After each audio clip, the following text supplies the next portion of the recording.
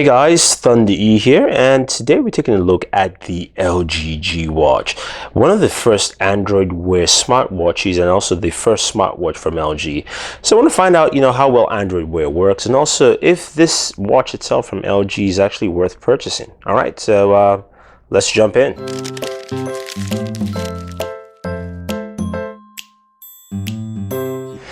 So the LG G Watch retails for about $229, and it comes in either black or a white and gold variant. The white and gold variant kind of looks much better than the black. It's pretty plain.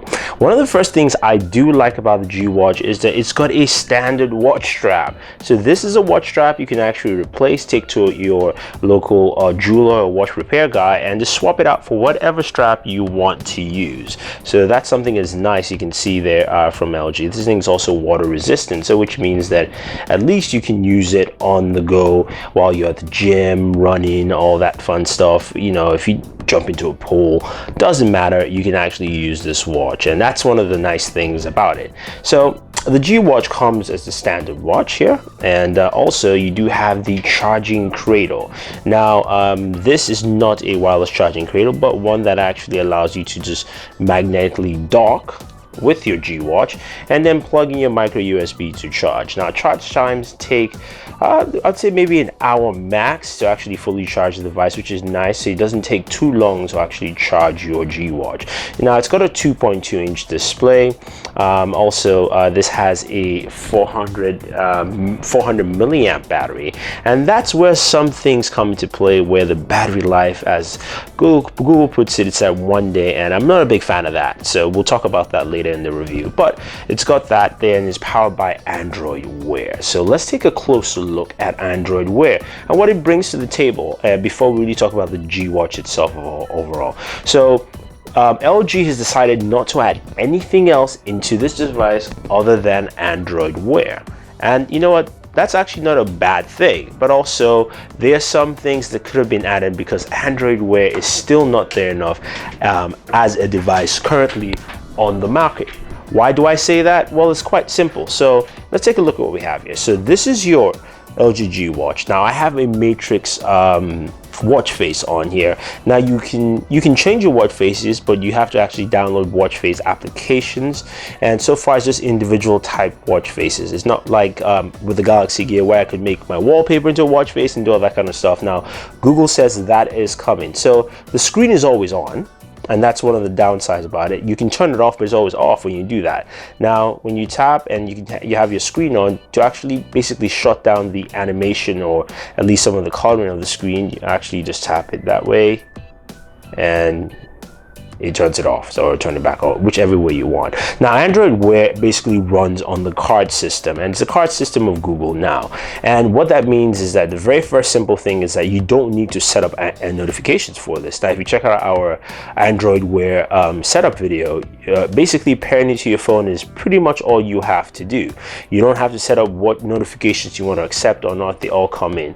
Now that's the bad side, because you also cannot really set up what notifications you don't want to receive, for instance, or also types and variations of notifications altogether. So you see, I get a notification, you have a card, that's the email for me, and I can basically go to the card, I can scroll through from that card to the next card. Now this card I have here is I'm actually just going to reduce some exposure here so you guys can see that clearly. Yeah, so the next card you see here is my let's go ahead and do this. So that's my time card, and that's the email I just received from Frank.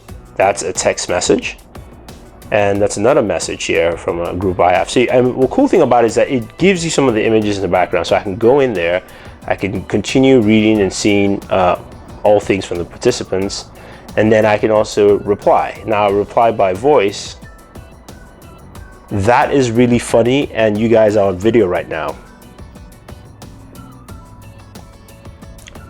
And because Google now has good voice recognition, it actually goes in and replies straight to your device. Now for me to actually close off a card, I can swipe out from the main card and it's gone. I can swipe out again, the text message is gone. I have another one here, have another email. I can go in, open that email on the phone. I can actually do voice typing from email. So those kind of applications are not there yet. And also it also automatically counts my steps. So it also has, it's got a built-in pedometer and counts my steps constantly throughout the day because that's already built in. Now, I'm going to swipe that one away. So now I can go in here and I can, with emails, especially from Gmail, I can only archive it. I can't reply. Now the animation behind it tells you what kind of device you're working with. I mean, what kind of application you're working with. And that's nice. So every kind of notification comes through. Now, if you want to go into the settings menu of this, you want to just double tap away from the card. So let me just swipe this card out. Double tap away from it. Let's see, okay, there we go. And that brings up the Google Speak function, and then you can swipe through and it allows you to take notes, remind me to go, show me, send, taste, agendas, navigate, set timer, which you can do, and also start a smartwatch. What I don't like that the way you go into the settings, because you actually have to double tap into Google now. You might just start talking, you don't realize you're in the settings area, or at least your option menus to go into your settings. So if I go into settings, I can go in there and adjust the brightness, always on for the screen, or in this case you can turn it off. And when I turn it off, that's what happens. Screen goes dark, time doesn't show, none of that shows, so it's always that. And the funny thing about it is that to a certain degree, you do have to shake it hard for you to actually get that to pop back up screen wise. So let's scroll down to the bottom there, go back to settings again. That's not where I want to go to. We'll go to that in a sec. We're going to settings back again. I'm going to turn the screen back on. You've got airplane mode, power off, restart, reset device, change watch face. So you can change built-in watch faces and also, like I said, application watch faces. So I have the Matrix. These are the ones that are all built into the device, and you can select whatever watch face you choose. So I can go in here and go select the mini pop-up watch face and use that.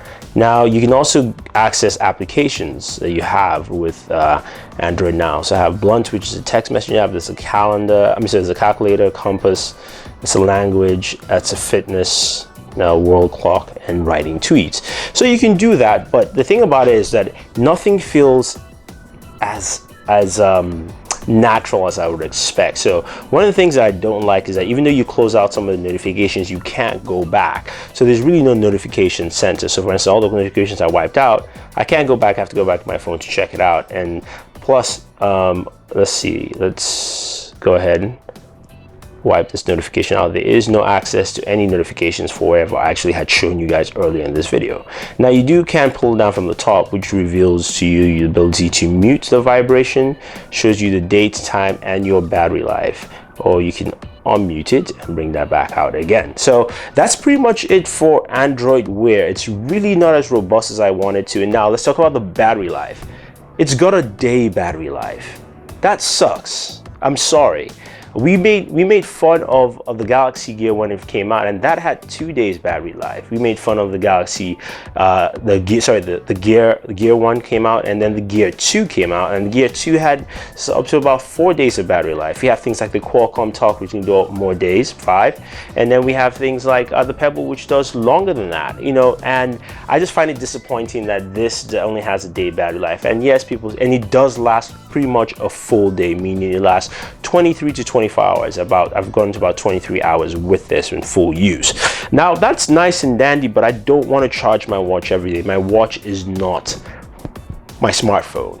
You know, my watch is something that I pick up and wear, and you know, I've had watches. I have different type of watches. I have about 10 watches. I have solar watches, which basically just don't die. You know, every time I take it out, it just recharges, and it's good. I have watches that use my kinetic features, so that also charges the device. So I understand those are regular watches, but you have to understand that people are not used to it, and also people are used to fitness bands, and those last for a very long time before you actually charge it. So I think that goes a long way. Now, as it compares to the LG G watch. I'm a little bit disappointed with the design. I think this thing is a little bit bulky. Like I said, I do love the strap. I like the material of this strap. I like the rubberized material. I also like the fact it's a standard strap, but it's a very plain design. It's basically a square.